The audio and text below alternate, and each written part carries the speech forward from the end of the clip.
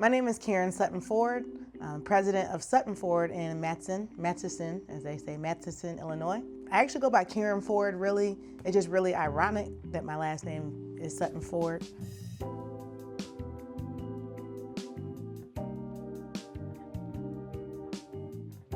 So I would say some of the earliest memories were just, being a child and him coming home from work. So I just remember a briefcase, this is back in the 90s. So they have back in the day, a big briefcase. And I remember he'd get home from work and he would flip us. I have two older sisters.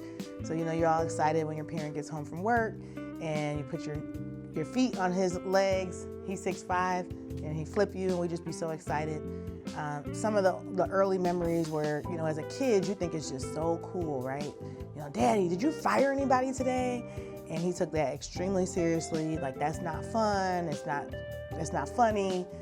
So we started actually learning about what it takes to be a leader and what it takes to be a business owner from a young age, just by being a kid and being curious. So those are some of the early memories of, mostly it was when he got home from work.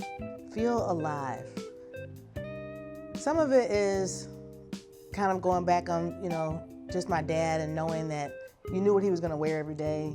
He always pretty much had a starched white or a light blue shirt, necktie, dress pants. So that's kind of what helped make it feel alive, was just his presence and his aesthetic going to work. But also the story, and anytime he tells the story about the dealership and how he became an owner, he cries.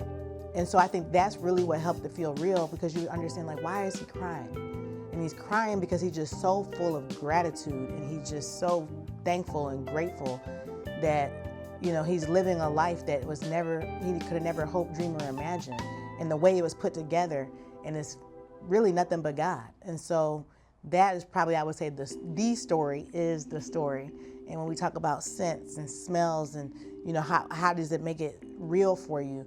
A lot of that is, this is what he did to put food on the table for us. So it's how he was dressed to go to work, the smell of the cologne, and my mom being such a big support and there's three of us. And so making sure that we were all taken care of, because he worked long hours. And so it's really a lot of it, again, I guess that's what I would say, is between scent, smell, and the actual story. So apparently I was around 11. My parents say that I've always said that this is what I wanted to do. A lot of it probably came from because it was cool, right? You wanted to follow in your parents' footsteps. You thought it looked cool.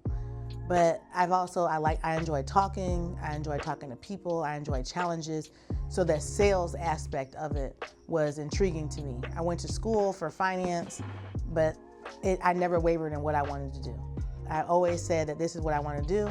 Actually, my dream was to take over and hopefully expand someday. It's a blessing to say that I'm doing what I said I was going to do.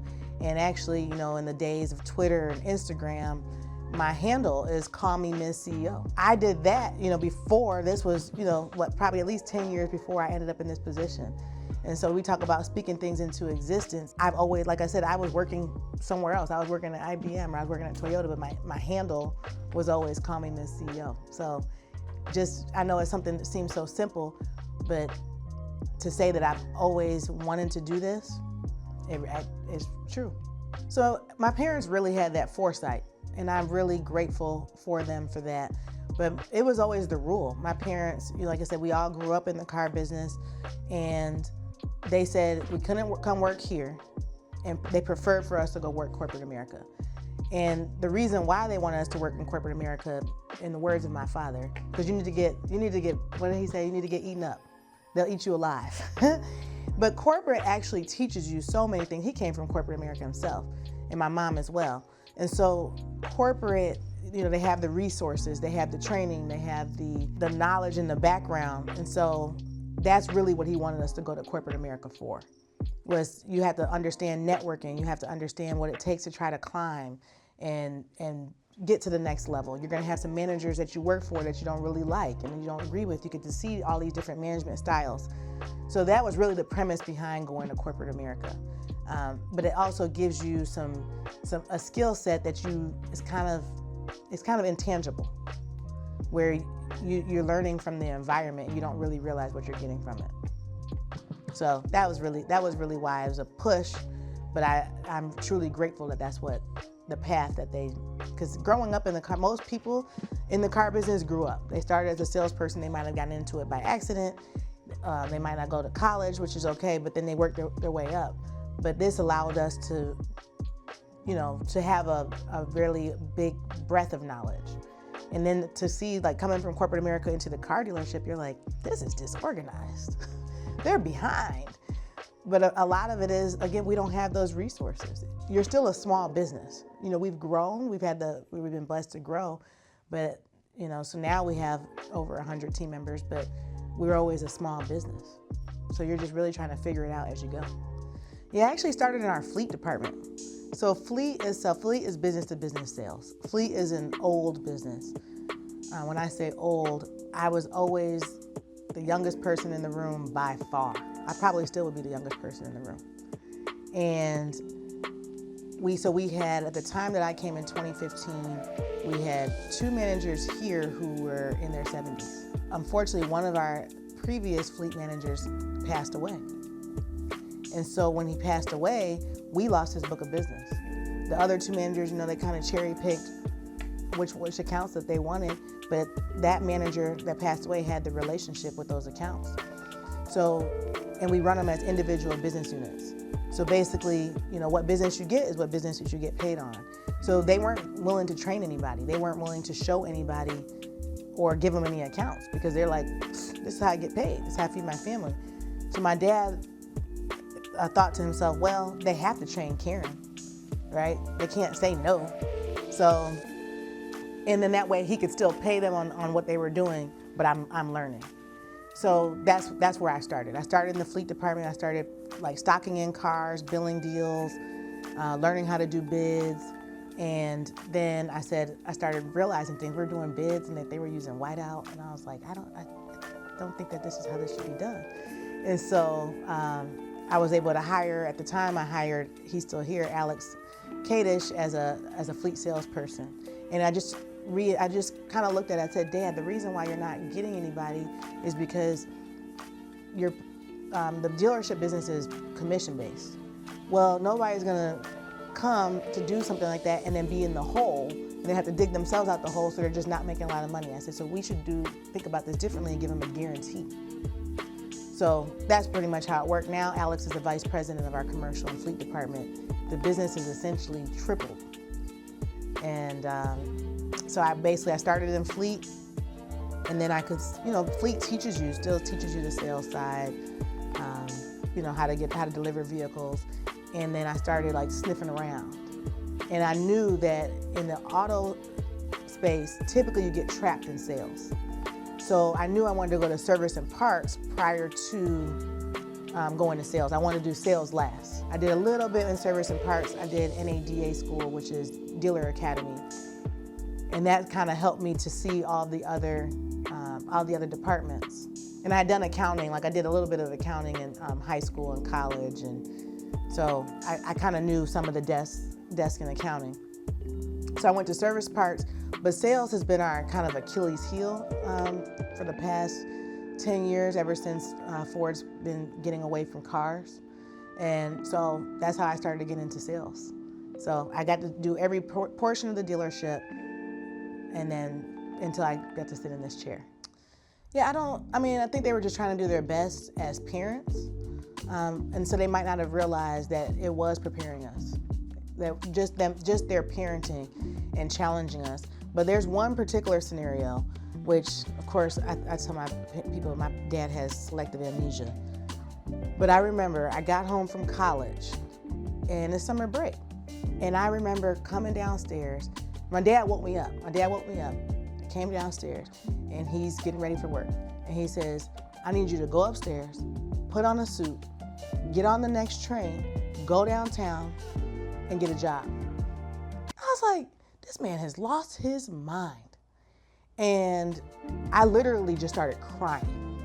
And he's like, what? Like, what? Why did that upset you so much? What is going on? I was actually trying to stall and miss the train. But also, it was like, Dad, that's scary. what do you expect me to do? Just go knock on random doors and ask for a job?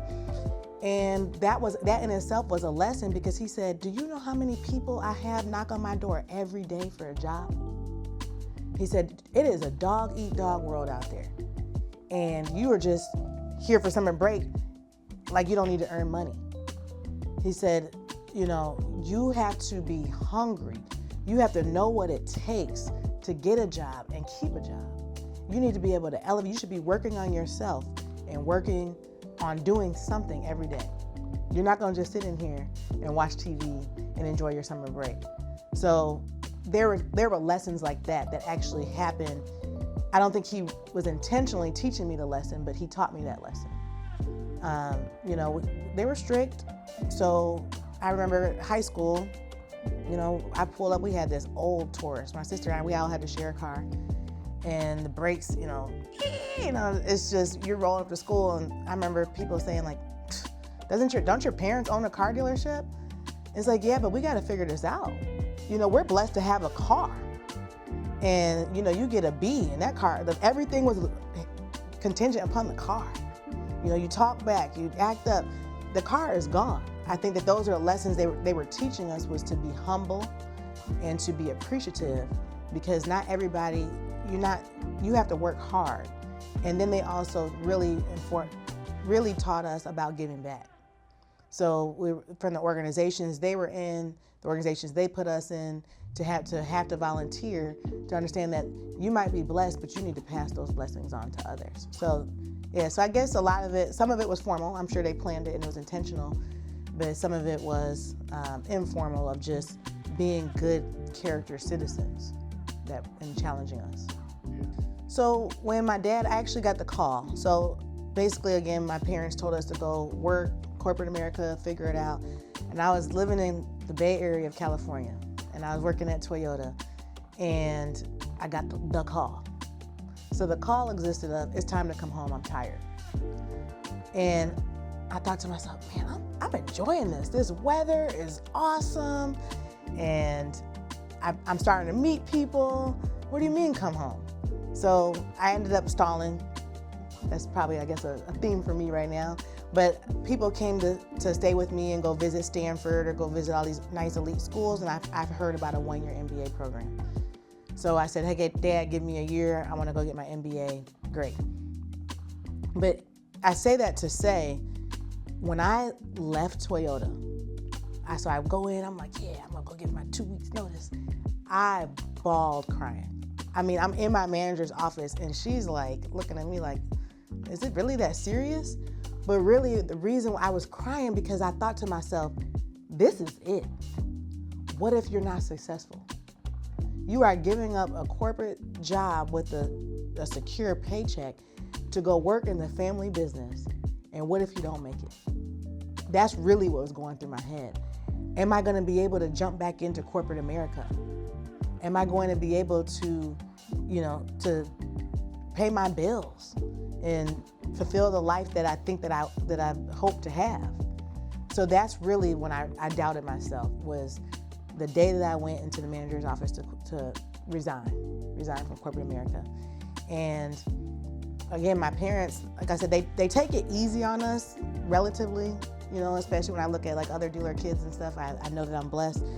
But I remember too, when even just trying to buy the store, and I said, from my parents, and of course they gave us a fantastic deal, but he's like, you need to go get a loan. I said, what do you mean I need to get a loan? Like, can't I just get a loan from the Bank of Dad?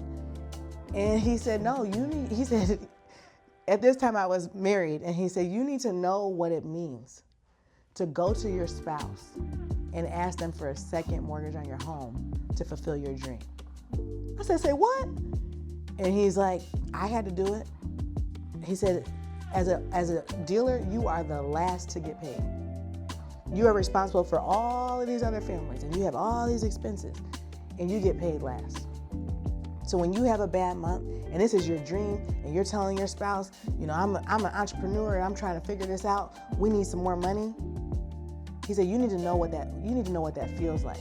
So that was a sense of doubt. Was like, am I ever gonna, like, what if I end up in this situation? And am I gonna be prepared to have this conversation? We're thinking about having kids. Am I going to be prepared if we have kids to say, hey, I'm running out of money? So those were some of the scenarios where I doubted myself. So at that stage, honestly, the business was performing well. So I just knew I had to get through it. I just knew that I had to even if I just continued it and it didn't grow, that we could get through it. And so at that stage, it really, really becomes about your community. And I knew my dad wasn't going to just leave me hanging. He was going to help us. He's going to step in. He wasn't just like, okay, here you are. And so I knew that I had the right, of course, my faith, as well as, of course, like I've been, and actually it's been in my Bible study lately. My favorite Bible verse is, a lot of people know Jeremiah 29:11. For I know the plans I have for you, declares the Lord, plans to prosper you, not to harm you, plans to give you hope in the future. So in my mind, I always knew that the Lord is not going to bring me here to just let me fall on my face. And like my sister, we work together. There's part of different organizations that really help you to build your business. They give you advice and they give you feedback, and give you various recommendations. So in those times, I just had to really lean back on what brought me here.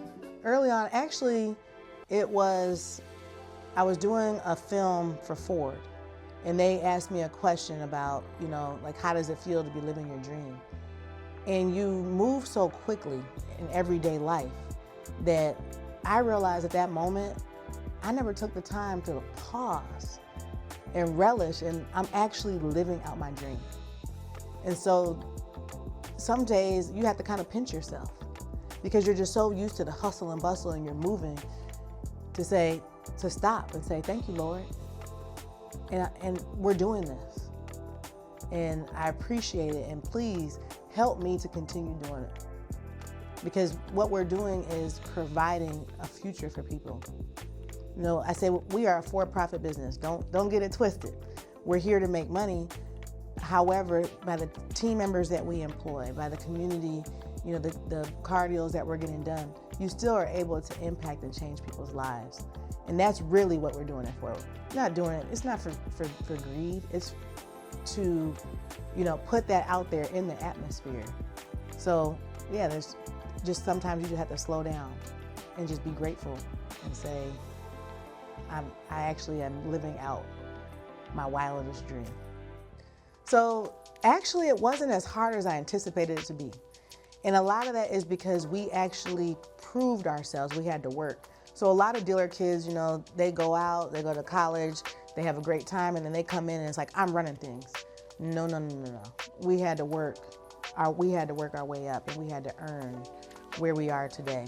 And so I think that helped a lot because people were like, I worked alongside them and I asked questions. So even though they knew, I'm not going to be in this department long, but I'm asking questions. I'm trying to understand what they're doing and why they're doing it. So we actually had a couple of people retire. And so I said, Dad, you left me here and your team is leaving. And he said, yeah, that's my team. He said, it's time for you to build your team. You need to find the people who will go through a wall for you.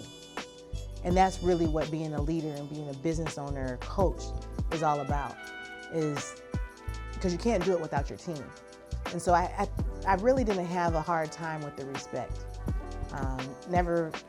Maybe some of it's my leadership style, but also I think that my dad did a really good job of passing the torch, because he basically laid it out. This is what's coming up next. And then like I said, I started in Fleet and then worked my way. And so then I think people were able to see, well, wow, she was able to do that in Fleet. And I'm not coming in cocky. I'm not coming in, bureaucratic or, so I think that it became more natural. People knew who I was. I mean, some people that worked here, well, like I said, we had a lot of people retire, but they knew. Our previous controller, she used to joke that I would sit on her lap and get candy out of her drawer. And they actually really took it in a positive way, that to be able to see me grow up and then to see me start taking over, it's like, wow. So it worked really well in my favor. And yeah, so we did have to, there's some people that you might have to part ways with, but it's not like this mass exodus. It's a different leadership style, and is somebody okay with getting on board to what the new vision is?